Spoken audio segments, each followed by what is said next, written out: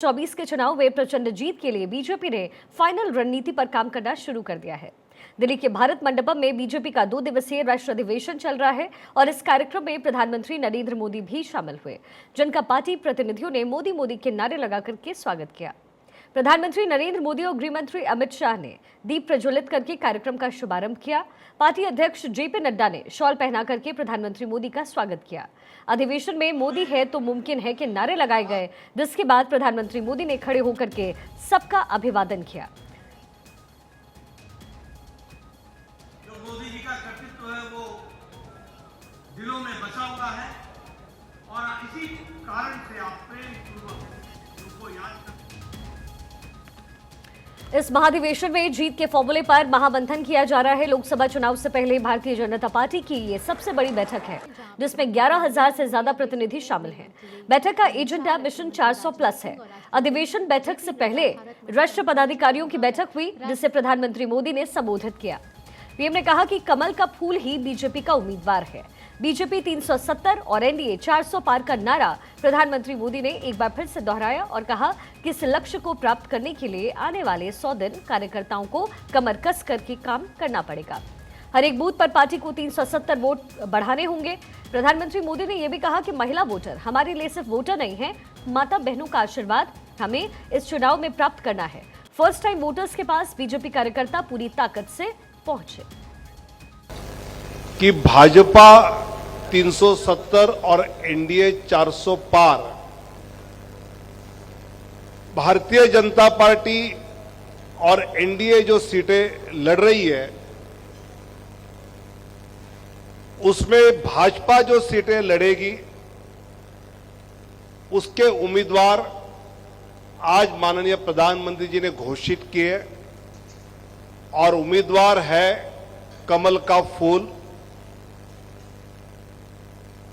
प्रक्रिया चयन तो चलता रहेगा, लेकिन कार्यकर्ताओं को कमल का फूल जिताने के लिए आने वाले 100 दिनों का हर कार्यकर्ता कमर कसकर काम पर लगे। तो बीजेपी इस वक्त मेगा प्लान तैयार कर रही है। 25 फरवरी से लाभार्थियों तक पहुंचने का अभियान भी शुरू हो जाएगा। महाधिवेशन का मकसद साफ है, 400 पार सीटों को जीतने के लिए फाइनल रणनीति तैयार करना। 2 दिन के राष्ट्रीय अधिवेशन का उद्घाटन भाषण जेपी नड्डा ने दिया और कहा कि मोदी की गारंटी पर देश को भरोसा हुआ। हम एक ऐसे माहौल में हैं जहां पीछे भी जीत थी और आगे भी जीत आएगी। मित्रों 7 दशक के भारतीय जनसंघ और भारतीय जनता पार्टी के इतिहास में हमने हर कालखंड को देखा है। हमने संघर्ष का काल देखा, हमने जब हमारी उपेक्षा की जा रही थी वो काल भी देखा, हमने वो काल भी देखा जब हम जमानत बचाने के लिए चुनाव लड़ते थे। हमने इमरजेंसी भी देखी, संघर्ष भी देखा। हमने चुनाव में जीतने की प्रक्रिया, हारने और जीतने की प्रक्रिया भी देखी।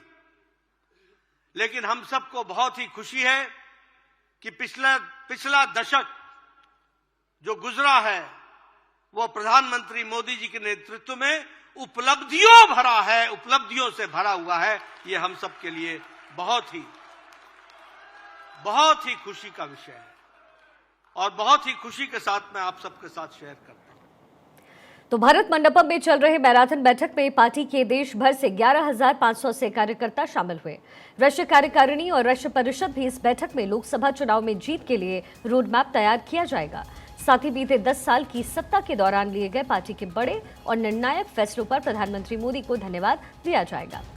राजनीतिक और आर्थिक दोनों प्रस्ताव यहां पेश किए जाएंगे और इसके साथ ही राम मंदिर निर्माण पर धन्यवाद प्रस्ताव भी लाया जाएगा।